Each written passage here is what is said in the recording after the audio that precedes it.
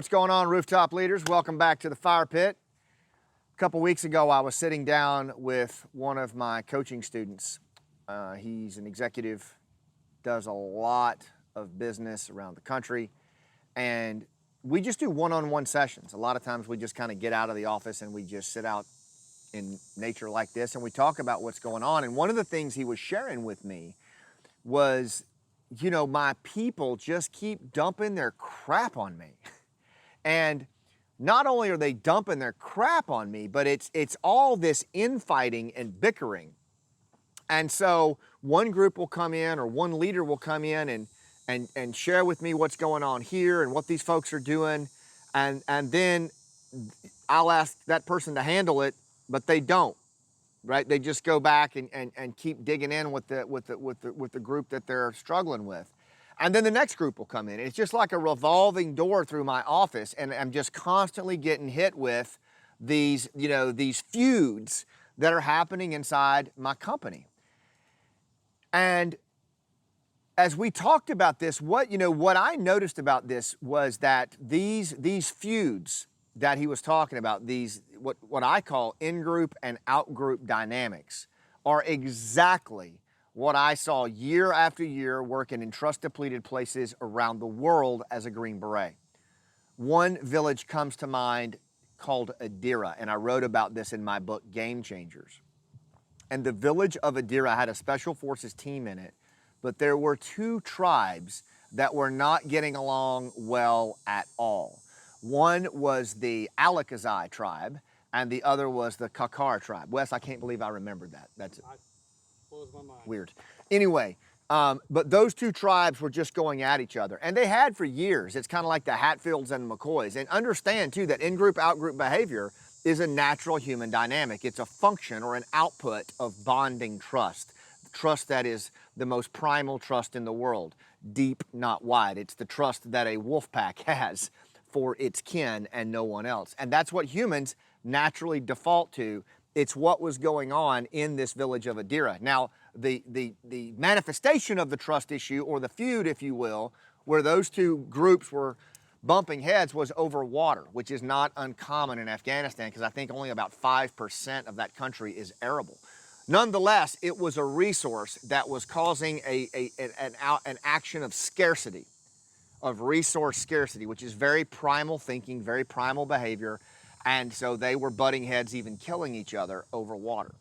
So what the team leader did, the young captain, I'll call him Rob, because that was his name.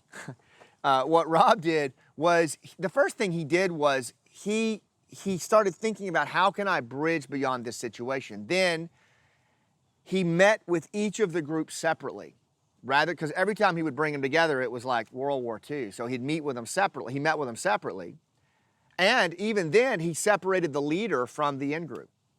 And he sat down with the leader, and he didn't try to tell the leader what needed to happen or the actions. The first thing he did was he leaned in and he listened.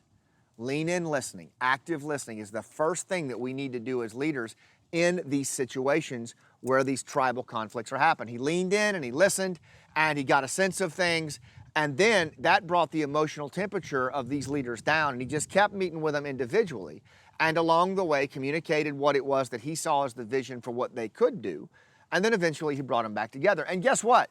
Not only did Adira, the tribes in Adira, come back together, they became one of the most stable, impactful village stability platforms in all of Afghanistan. It was actually where we would take General Petraeus, General McChrystal, and others to see what success looked like. How crazy is that?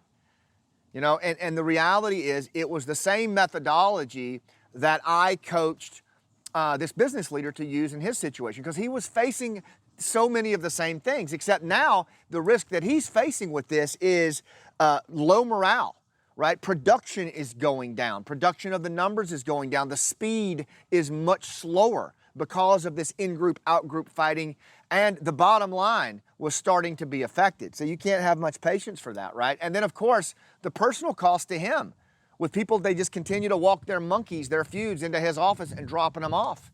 And, you know, that takes a huge toll. So we had to take some actions here. So what I coached him to do was exactly what Rob had done at Adira, which was, first of all, you know, think about bridging trust in these situations, right? I want to bridge. Don't accept in-group and out-group as a reality in your business. It'll eat it from the inside out. It'll be a sinkhole, right? Then you need to think about, what is it that you're building?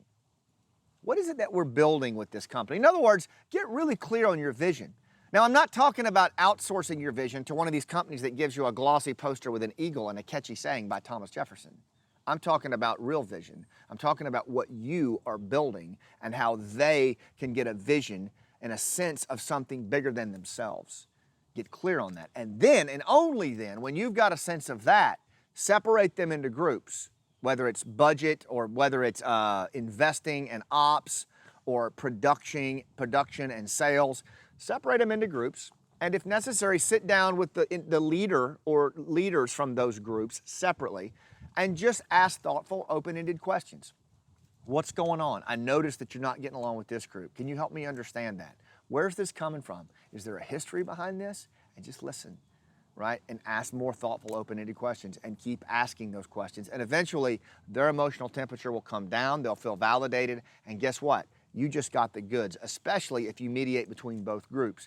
You will have the understanding that bridges both groups. You will see where the golden thread is that needs to be pulled to start bringing them back together. And then you can start talking about what it is that you're building that's bigger than each of those groups, right? And then you help them see themselves as the hero in that story. Ask them questions. Would you be willing to participate in this? What do you think about helping me with this?